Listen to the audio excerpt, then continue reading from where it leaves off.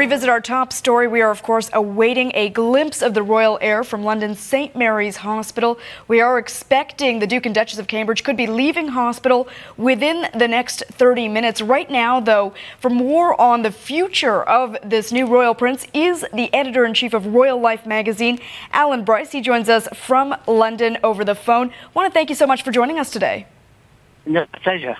I want to get your thoughts right now on what we can expect from the Duke and Duchess this afternoon. Will we get a glimpse of the new prince, and do you think they'll actually talk to the media?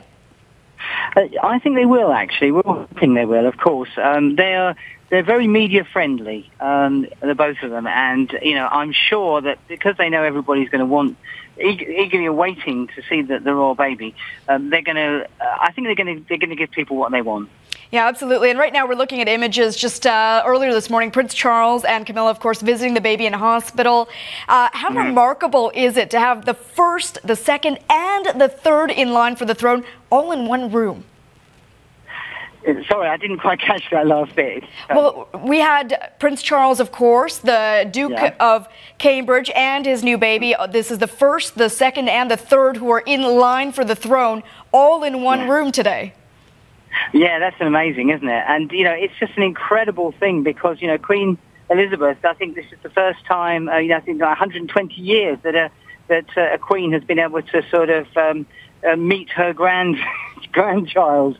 I think there is very much a feeling here, though, that now the royal family have become much more human in modern times, and it's thanks to the influence of the younger royals. And they're just behaving like any doting, the Queen's behaving like any doting great-grandmother. And, it's just one of those wonderful things that everybody can be happy about. Yeah, certainly it is a heartwarming story, and you can't help but be happy when there is a new baby in the family. But how different do you anticipate this prince's upbringing will be compared to, say, William or even his father, Charles? Well, we all know Charles was very unhappy at boarding school. Charles was brought up in the old style and, in an age when children, even royal children, were meant to be seen and not heard. And they were packed off to boarding school and, maybe they came home for the holidays and that was it. Charles, because he was so unhappy himself, adopted a different approach with William and Harry, and of course Princess Diana's influence as well. And they were boarded, but they came home at weekends. I think this is what will happen. For security reasons, a royal child will have to be, can't just go to an open school, obviously. But I think what will happen is they will bring their very modern parenting skills to it, and there'll be a lot more contact with. They'll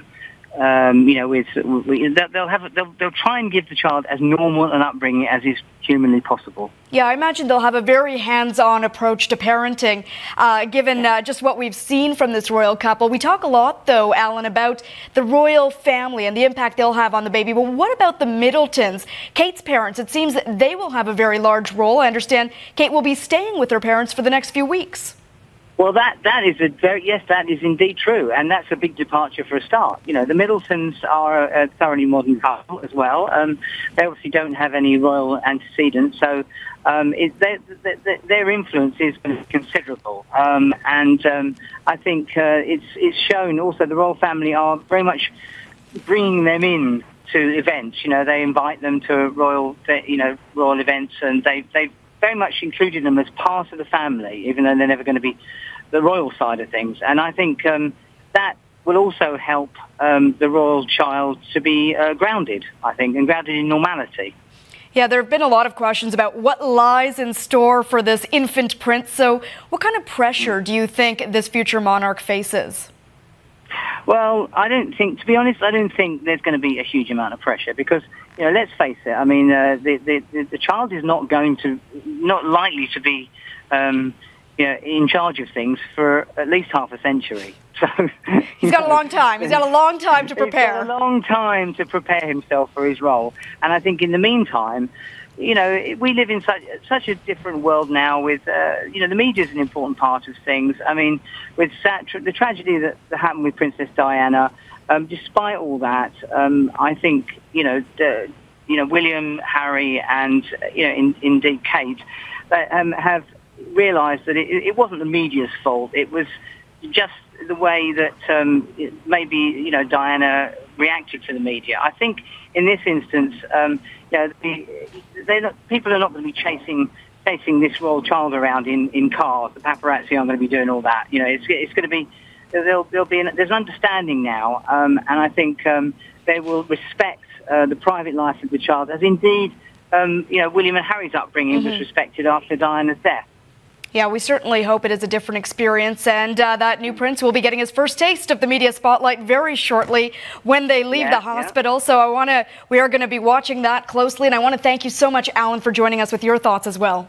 It is my pleasure. Thank you very much indeed. Thank you. And that, of course, is Royal Life Editor-in-Chief Allan Bryce joining us on the phone from London.